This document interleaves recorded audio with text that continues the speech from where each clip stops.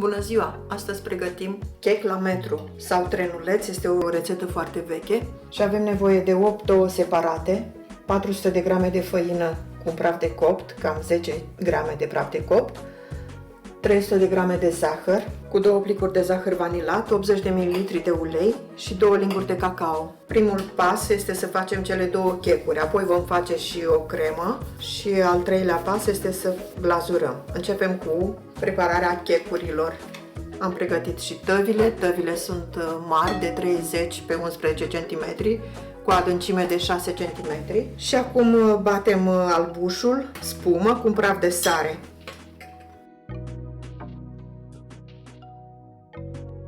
După ce s-a bătut cât de cât spumă numai cu sarea, punem și zahărul.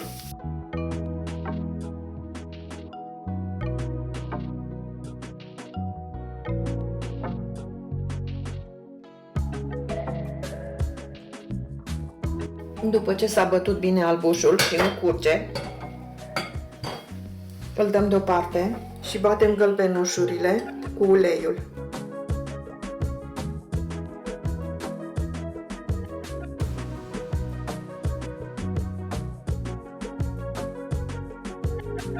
Renunțăm la mixer, pornim și cuptorul între timp la 180 de grade și acum amestecăm gălbenușul cu albușul, doar cu paleta.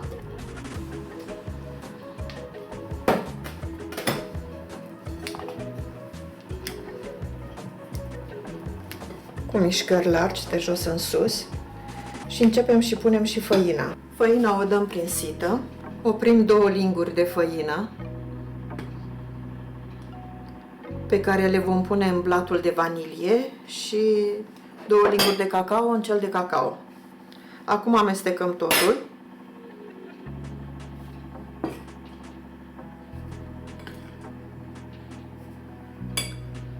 Dăm prin sită.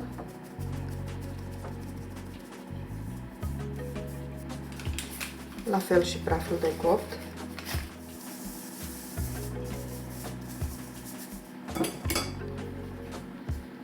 Și amestecăm ușor, să nu pierdem aerul din albușuri.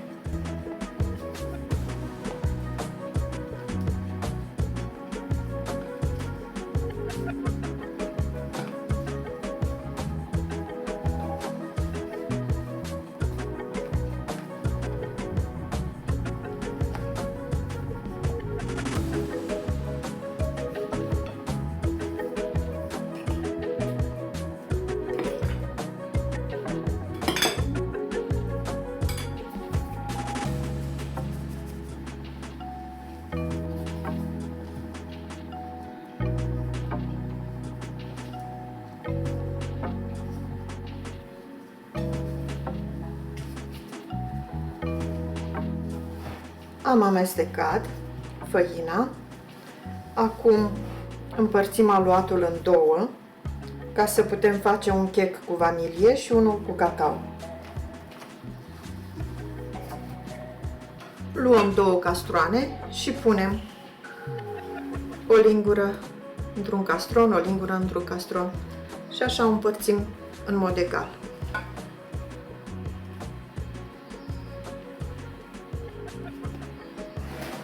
După ce am împărțit în mod egal, într-unul punem cele 2 linguri de făină în cel de vanilie.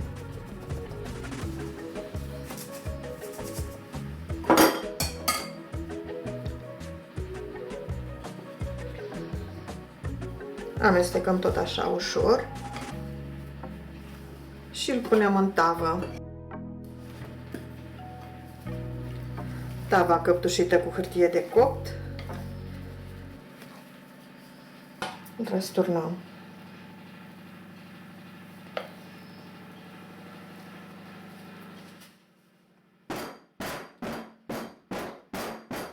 Îl dăm deoparte și în celălalt punem cacao.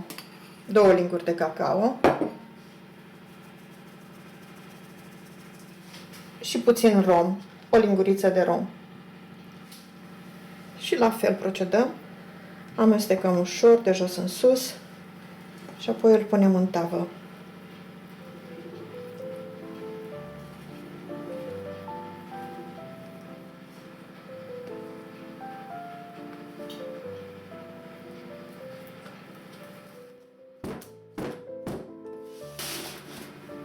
Le băgăm la cuptor pe amândouă pentru 40 de minute la 180 de grade. Facem proba cu scobitoarea, când iese scobitoarea curată este copt.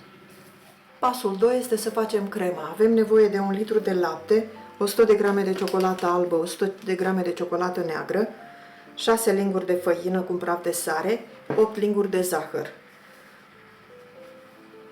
Peste făină punem laptele, puțin câte puțin.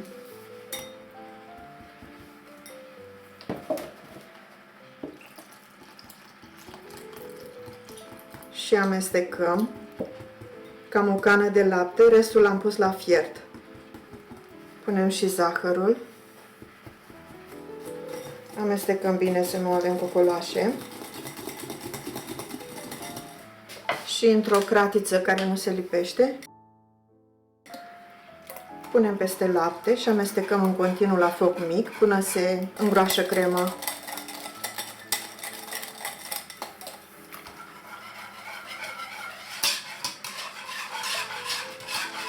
Crema s-a îngroșat.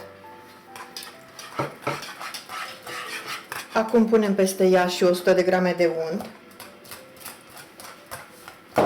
Amestecăm până se topește bine și untul. Și apoi punem câte o lingură peste ciocolată. Așa fierbinte, ca să se topească și ciocolata. O împărțim în mod egal. Amestecăm bine să se topească și ciocolata.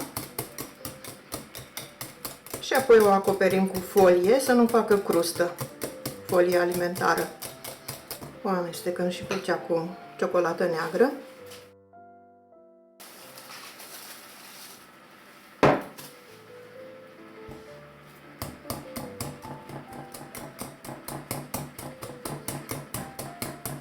În cea cu ciocolată neagră punem și puțin rom. După gust, dacă dorim.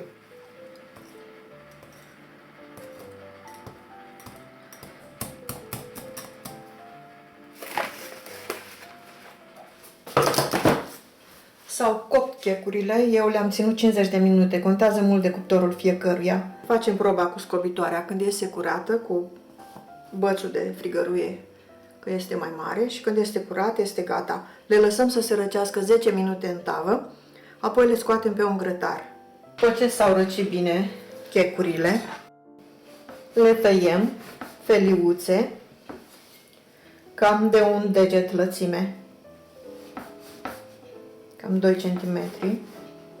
Și în tava în care le-am copt am pus o folie de prospețime, ca să putem să le scoatem ușor. Pe felia neagră punem cremă albă.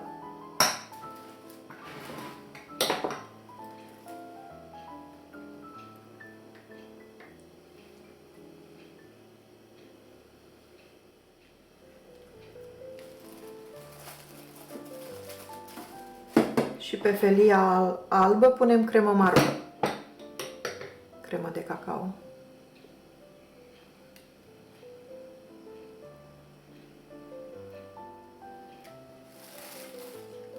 Și așa continuăm. Așa până o terminăm.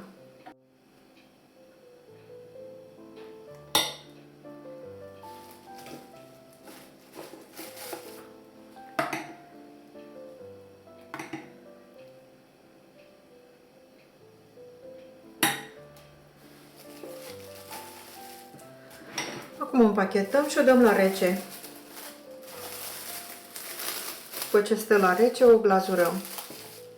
Așa continuăm și cu cel de-al doilea. După ce prăjitura a stat la frigider 3 ore, topim 100 de grame de ciocolată cu 50 de grame de unt și 50 de grame de ciocolată albă. Pentru decor o păstrăm. Topim la microunde 1 minut. După ce s-a topit, amestecăm bine.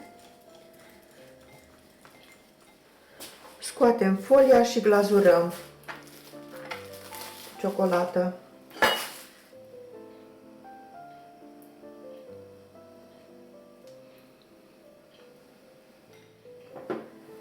Apoi punem și puțină ciocolată albă.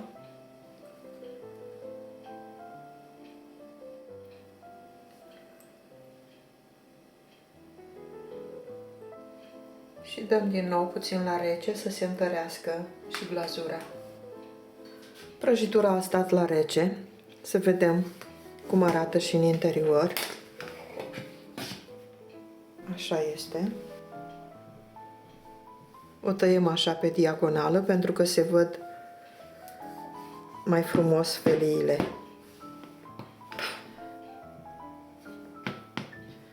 Să avem mai multe culori. Cu multă cremă, cu un pandișpan gustos și pufos, o rețetă veche și bună. S-a muiat bine, prăjitură trenuleț, cum îi spuneam noi în copilărie, sau chec la metru, tort la metru. A avut mai multe denumiri în timpul comunismului, dar este foarte gustoasă. Poftă bună!